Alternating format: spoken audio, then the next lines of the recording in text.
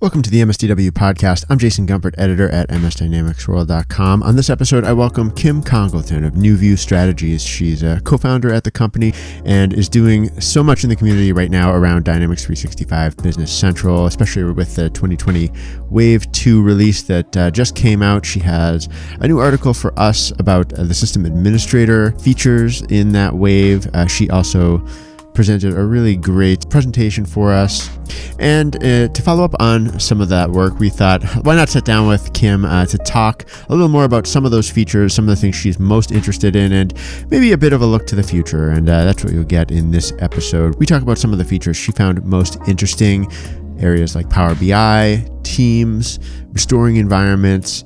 And we also look at the future a bit. Kim talks about her views on where various Microsoft Cloud services might benefit Business Central users and some of the things that are keeping her busy with her clients today, things like training, new implementations, and why some of those trends are moving the way that they are.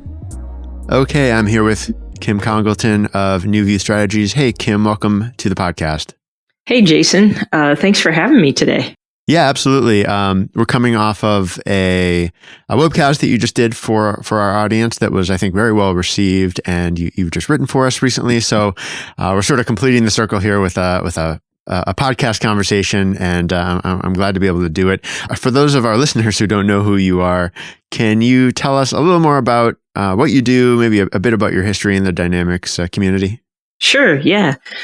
So I have been in the Dynamics community for about 15 years now, and I've actually been in IT for over 25 years, which, is a really long time when I think about it. But the Dynamics world, I started out as an end user, and we started on version 4.0. I started out as a systems admin and kind of worked my way up the ladder from a systems admin to a developer to a solution architect to a director of business technology. I've kind of played a lot of different roles.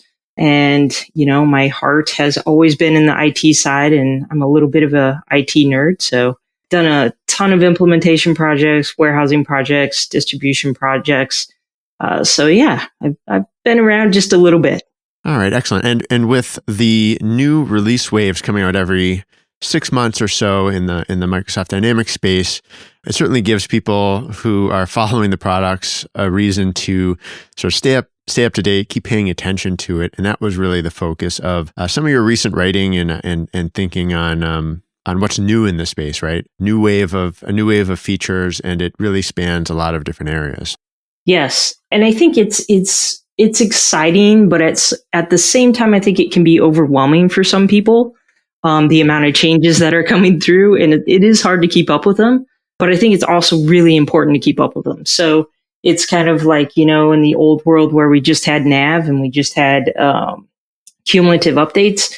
You didn't have to do those. Now you really have to do these. You don't have to do them right away, but you're still going to have to do them at some point. So I think it's an exciting time. There's a lot to digest when they come out with a release. But it's also a lot of fun for somebody that's, on the system side or maybe a little bit more into IT. Well, one of the things I particularly like about your take on it is that it is really, focused on what a Business Central customer or perhaps a NAV customer looking at Business Central still would most want to know about. Because just from my perspective, when I hear about sort of, thoughts about the future of Business Central, a lot of the sort of public conversation does tend to skew toward either developers or toward partners in terms of what they need to worry about. And there's very legitimate things that they all need to know and worry about, and they have a ton of stuff changing too. But sometimes it does. I do worry that the users get a little bit left behind in that conversation, or the sysadmins, even the ones responsible for sort of the day-to-day usage of these systems, don't always have their sort of perspective recognized. Yeah, and I think that comes from, I was an end user a lot longer than I've been a consultant. And I think it's always important to remember, or be able to put yourself in the customer or end user's shoes. So I think just it's a natural reaction for me to kind of look at things through that lens. And especially, when we deal with customers or clients, or even just, when we're just out talking with people in the community. Well, let's jump into a few of the things that you've highlighted here. Again, we'll link to the sort of presentation form of some of these points, because we're gonna go over some of the same ones and chat about them more, and also the article that you wrote that also dives into many of them. The first thing I took notice of was some of the I call them sort of, I think of them as sysadmin features, things like the ability or things kind of performance related or storage related changes that really do have a big impact, I think, for Business Central customers. Read-only performance for frequently used reports. I mean, that seems like a big one. If reports can be optimized and potentially they were slowing down an entire tenant or really putting an extra load on systems that Microsoft themselves are hosting, or perhaps that are on-premise hosted still with Business Central. Yeah, no, and that's, it's funny because it's interesting to see reports kind of, and especially like how reports affect performance. I mean, I don't know how many of the audience will remember back to 4.0 or 2009 even, and how you'd run a report and everybody would start calling your desk and saying, I can't do anything, and you kind of hoped it would go away, and it got better in different versions, but it's still not perfect because you're always going to be competing with the transactions that are happening. So I think it's an important change to make and kind of keep improving. But, with them releasing the feature that changes like the defaults from read-write replica to read-only replica, which essentially, especially if all you're doing is viewing the information, that just makes a lot of sense, and it really can improve the performance on those reports. So like if you're looking at the detailed trial balance, that's one that can run for a long time. So changing some of those to be read only will really kind of pick up that performance there for you. The other thing that's kind of important that I wanted people to realize too is that if they have other reports that are taking a long time to run, they can actually change that value themselves in that screen that we showed the other day in the session. So I think it was kind of like a two-pronged, 2-for-1 tip there yesterday. Another one, I had seen an announcement of this. I might have done a little bit of coverage on our site about it, was sort of new policies that Microsoft's setting up around database capacity, perhaps standardizing, maybe you can explain it better, but some standardization of the amounts and the ability to increase it. Yeah, so and especially when Business Central first came out, there was a lot of discussion around the default kind of capacity being limited to 80 gig. I know personally from some of the databases I used to administer for NAV, they were way bigger than 80 gigs. Right. So I think it was a limiting factor for a lot of people when they were trying to decide whether they make that move or not. Now what Microsoft is doing is they've come out with, you'll have the ability to expand. So you can purchase in increments, I think right now it's 4 gig, but you can purchase in increments of 4 gig, which will expand that size for you. Now, if you have a super huge database, that still might be a little bit of a sticking point, but I can only imagine that that's going to get better, especially with all the improvements they're making with Azure and, and how they're also making those kind of back-end improvements. So it's 4 gig right now. Who knows? In 6 months from now, it might be 20 gig increments that you're expanding in. Yeah, when you talk about a sticking point there, are you talking about sort of weighing the costs of whether it's worth buying all this extra capacity to be in the cloud? Yeah. And especially when it first came out, they weren't sure. There was a lot of discussion on how do you handle somebody that has like a 400 gig database, because I think at the time that was only one of the databases I had. So, it really does. Yeah, it can run up the cost pretty fast if you have to buy a lot more space. The other thing was there wasn't really a good way to see how much space you had in BC. So it is nice that they added like the capacity where you can see once you get all your environments to Wave 2 or version 17, you're going to be able to see like how much of your database space you've used. So if you have 80 gig available, you'll be able to say, oh, I'm at 75. I may need to call my partner and have a discussion. Or is there something I can clean up? Like, is my change log, crazy big? Can I delete some records out of there? Right. Are there archiving options or other ways to move historical data? Yeah. So, definitely. And it is kind of one of those things where I like this because now this lets you be proactive rather than just getting this message that you've gone over your allowed space or getting a call from your partner. Now you can actually go into the admin center yourself, take a look at it and keep an eye on it.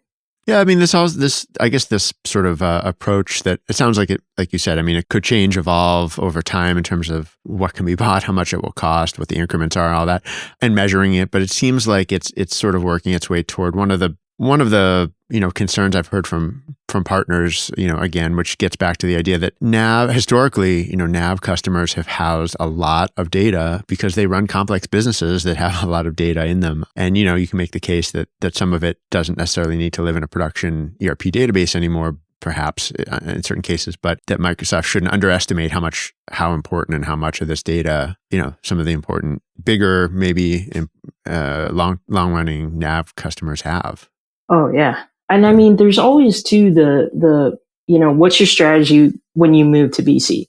So a lot of times when you're moving to different versions of NAV or different versions of BC, if you're going to implement, there's always that strategy of, do I leave my history behind? Because I still have access to it. So I can always go see it over there. If I have a data warehouse, that data is in my data warehouse. And now if I spin up a new version of NAV or a new version of BC, I can always get to that. So I always do like saying, if I'm going to go to BC, I'm going to come off NAV, I'm not going to bring history over if I don't have to, like all the detailed history. I'm going to bring beginning balances. I'm going to make sure I have a way to go view that history and marry it up to the data that I have now in BC. And usually that is going to be by using a data warehouse and some reporting. But yeah, it's a question that comes up all the time, especially if you have a customer that's been on NAV for a really long time. It's always how much am I going to really bring over? Is that the kind of requirement or need that is just very unique for every organization, or are there standard tools, services out there that give organizations that kind of facility to look back and sort of with confidence and leave that historical data in the old system or in a data warehouse? Yeah, well, I mean, there's a lot of different tools out there you can use to do it, and I think it's important really for like the end users to have that discussion internally, right? So really making sure that you have a strategy for how you handle the data in your company, and how much do I really need to retain? I know some people are still on version 2009 and they installed that in the year. Well, actually they were on a version before that. So, if I have 15 years worth of data, I don't really need it. In most industries, I shouldn't have to keep 15 years of data. So I think it's important for users to kind of say, what is our strategy? If it's 7 years, then I'm going to look at what tools are out there that I can create a data warehouse with. Is it SQL? And then is my front end Power BI, or is it Tableau, or, any of the different Target, any of those different things that are out there? It's just really understanding and creating a good plan for how you manage that through that transition. And knowing that, okay, I have all my data from my old version of NAV, it's stored in the sales header table, the item ledgers, the value entries, all that stuff. And I know I can marry that same format coming from BC. I just have to map it to the same tables. And now I can provide somebody with a complete view of the financials for the last 5 years, because I can reach back and get that history, and I can also see and start gathering the history that I have going forward. So it's really kind of understanding, and making sure everybody's on the same page with how you want to do that going forward. The last sort of, I guess, thing I kind of considered a sysadmin type of feature that I wanted to get your take on was the ability to restore an environment to a point in time in the past. And that, to me, my take on it was that sounds like, these Azure tools sort of being shaped more to fit the needs of Business Central customers more than anything else. But I don't know, what's your view on the usefulness of that one? Yeah, I think that's while we like to feel like it should be harder to blow up the database, especially the way that we have to do customizations now as extensions and apps, it still could happen. So I like that this is kind of like an extra safety blanket. So, I think you have to try very hard, or maybe you don't, to build an extension that will blow everything up. But the key to that is always making sure that you're doing that in the sandbox first. So I think hopefully knock on wood, nobody has to use this in their live environment. But I like the fact that they've actually added it. So, being able, right now it's got a 30-day limit, and I forget, I think it's like 3 versions back.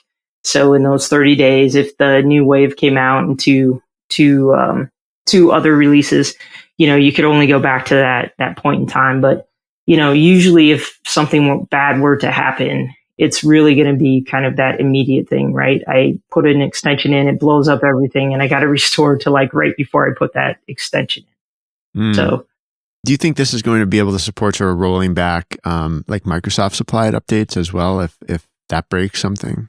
Yeah, I mean, I think so. And I think it might be a little bit of why they put it in there as well. I think, there was recently an issue with, I want to say Outlook. It was one of them. I can't remember. It was a couple weeks ago. Like Outlook went down and it was down for a little bit. So I think while we'd like to all believe it's really, and it is harder to really break things, but it still could happen in the grand scheme of things. To me, when I was looking at this one, my thought was, a lot of companies are pricing, I need to have a thing in my disaster recovery plan that says how I'm going to get back to this, how I'm going to bring this cloud system back to a working state if something went wrong. And you have to tell me how to do that. And so maybe this partly was I wondered if maybe this was partly influenced by that type of need. Cause I've certainly heard that like like way back in the day and sort of on-prem, where all enterprise systems were on-prem and they had to just have a data center or disaster recovery plan. And part of it was how they were going to roll back. No, that's a great point. Yeah, that's a great point. And then definitely with the cloud, it is one of those things in IT that you kind of have to figure out how are you going to handle that. So, no, it's for me, I mean, personally, we run BC as well.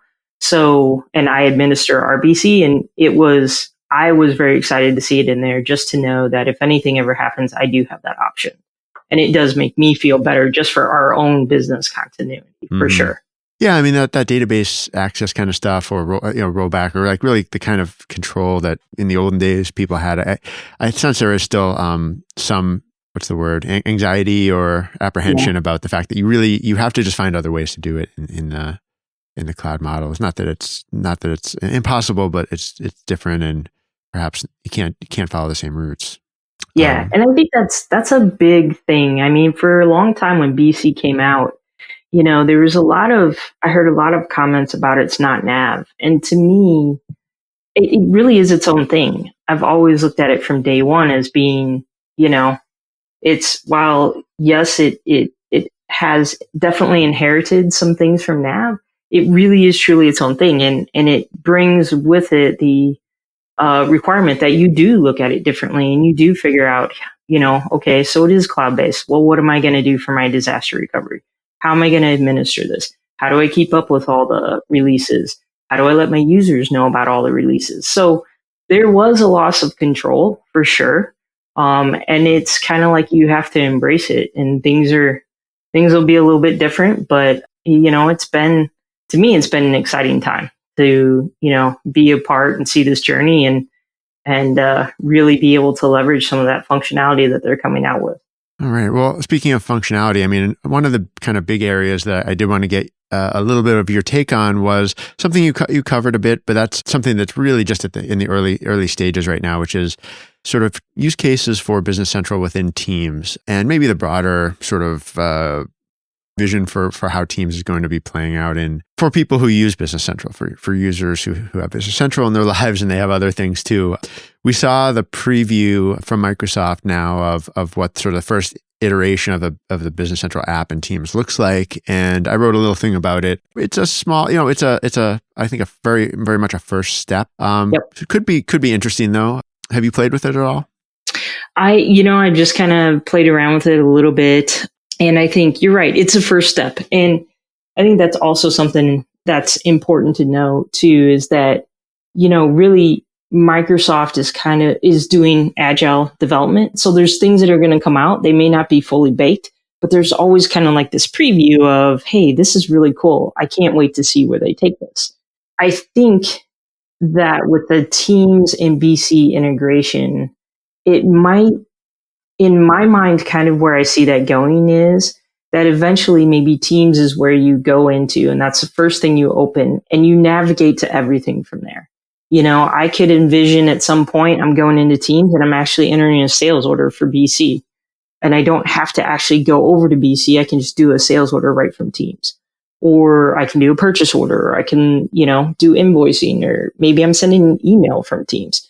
I think it's kind of watching that progression of Teams and watching all the apps that are integrating with Teams. To me, it really feels like Teams is getting built out as a hub for you to kind of navigate to other things from, or interact with other things from within that one user interface. And that may be wishful thinking, but I don't know. And that's just where my mind goes. Yeah, it feels like anything's possible at this point, but it will shake out in some way. Yeah. That's my take on it. I agree with you. They'll probably try different things. Some will work, some will not work. I mean, I think that the first use case where you're sort of taking links from the Business Central browser interface and pasting them in and getting sort of a nice card display that is, faithful to actual Business Central data and actions and everything.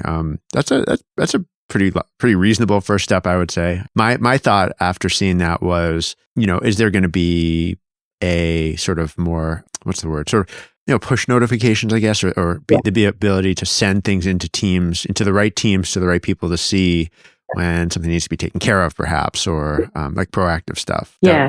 That was maybe the next thing I could imagine. And because I see the same thing with F&O. They built out this eventing framework. I don't know if Business Central has anything like that, but then the ability to sort of put the right things out there to people so they're not going and searching for it. No, I think that's great. And actually you bring up a great point, because I think if you watch what's happening with D365, because I did look at some of that stuff as well with Teams, I think that's going to trickle down to BC. Mm-hmm. I think some of that starts moving down as well. Yeah, that was, well, okay, to go on a bit of a tangent here. One of the things I was also thinking about was from some of the things I'd seen recently with the plans for F&O, for both finance and then supply chain management. They seem to be really pushing this idea of microservices, breaking things out of that core ERP solution and making it something more scalable, external, that anyone can use.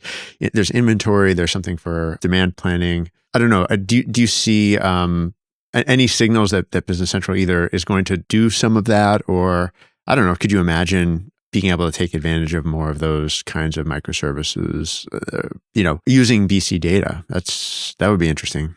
That would be very interesting. Yeah, that's an interesting. Wow. I think you even mentioned something in the webcast, forgive me if I got it wrong, but something about sort of, some of these batch processes, right? That I don't know if it was related to inventory or something else, that still do run in the background, right? Within Business Central, or within maybe older versions of NAV. And it's one of those things where you have to run it overnight. I mean, that seems to be kind of one of the same cases that the finance team was trying to, supply chain management team was trying to engineer around. Yeah. Yeah, no, and I think, that is so, there's a lot of processes that you kind of run overnight because of, the slow down other users. I think microservices definitely becomes a really good solution for how you get around some of that stuff. I can't imagine they're not going to do some of that stuff in BC, because I think, while the architecture is still different between the two platforms, I still think that it makes sense to try and take advantage of things that work. So I kind of do watch what's going on with D365 to see if maybe at some point it's going to come into BC, or if it's something that would be really cool in BC. But yeah, it's one of those things that you're like, man, I want to spend a little bit more time thinking about that and really trying to figure out what else would be really cool to see. And then it would be really fun to have some people actually submit that as some of the ideas on the Microsoft site to see if they actually get accepted. Yeah, it's a sort of it could go so many different ways, I suppose. Yeah. The other thing you showed in Teams in your webcast was sort of Power BI integration, and from what I was observing, it seemed like kind of standard Power BI scenarios that Microsoft supports today in Teams. Was there any Business Central connection specifically to that you wanted to mention? Well, so just, the fact that you can get your business central data, surfaced in Teams through Power BI. So they're kind of already integrating, through that. One of the things, it was kind of interesting today. I was working in Power BI for a customer, and in Power BI, there's a hey chat in Teams. So kind of to the use case you talked about for BC, I had a dashboard, I had a question on a number, and I could actually send that to a team and ask them a question about that and have somebody validate some numbers for me. So that was pretty kind of the backwards use case. But yeah, I think, it's just everything in that whole Microsoft ecosystem is become so connected, BC, Teams, Power BI. It's all part of this whole solution platform, which is really exciting to be able to work with. Yeah, right. I mean, I think as you describe those scenarios more holistically, that certainly makes sense. The other one that Microsoft I saw in a demo sort of put out there was, I mean, again, it was a little bit secondary to the ERP itself, but it was like, the idea of exporting a report out of Business Central, collaborating on it in Teams, and then, maybe even sharing other, related Business Central pages or entities within Teams, and then just having the spreadsheet that you can then, I think it was a budget spreadsheet that you can then re-import after you've collaborated on it. And it was like, okay, well those are sort of separate things in Teams, but it's all part of the same story of a user doing their work. Yeah, which makes sense. Yeah. All right, great. Let's see what else. Any other sort of Azure technology that, or perhaps other productivity tools that you're really excited about or think will have a big impact on your customers? That's a great question. I mean, I think just from the Azure standpoint, one of the things that kind of excites me too is the Azure IoT. So a lot of our customers are in manufacturing, and when we start thinking about being able to gather data from the machines on the floor and then marry those up to the data in BC. So if I can capture like some run rates from the machines and then be able to look at my production order and, look at where it's running and how long it took to run and kind of marry up those actuals from the machines to what's actually in the system. I think that's one of the things that really excites me coming down the line because they just continue to make improvements to that platform. The other one is just Azure and all the things they're doing around AI and data lakes and just the compute capacity in Azure. When you look at like in BC or NAV, when you're running like replenishments and running the requisition worksheet and you're trying to plan production, at some point, if there's the ability to kind of use Azure AI, and some of that is, there's a little bit of AI in Power BI right now, but if it ever gets to the point where we can use something like AI to look at, all the past, production, how you've planned production, how you've purchased things, materials, and look at that and really make some different decisions or be able to surface some different ways to look at that. I think that's going to be really exciting as well. Because I've talked to a lot of customers who, some people love, planning in the MRP. Some people don't love it. Some people do it manually. But I think it's one of those ones that people feel like if it doesn't fit them, they can't use it. And I think with AI, we might get some very different answers for people. And it really may make that work a little better for a lot of our customers in the future. I think it still has a way to go, and Microsoft would have to figure out how we are able to leverage that. But I think it could be something pretty exciting in the future. Yeah, agreed. I mean, I think again, to compare with finance and supply chain management, it seems like Microsoft's pushing it there first, which might be maybe that's another area where it'll be sort of it'll bleed over or just be sort of carried over. In the not too distant future, some of the work that they're pushing there first into Business Central application. And I know to the credit of the BC product team, I mean, they have pushed a few sort of limited cases in the past where they try to apply some algorithms to data from Business Central, right? So presumably they'll keep trying to look for use cases on that too. Yep. So maybe just to close out, I mean, it's a sort of strange time. People aren't able to travel as much. There's different sort of business needs in out in the world. What kind of work are you doing these days to sort of serve your clients that might be something you wouldn't have expected to be doing at this point, in 2020? Yeah, no, that's a great question. Well, we do training that's one of our core businesses, but I am surprised at how much we are doing right now. So it's great to see people investing in training for their people.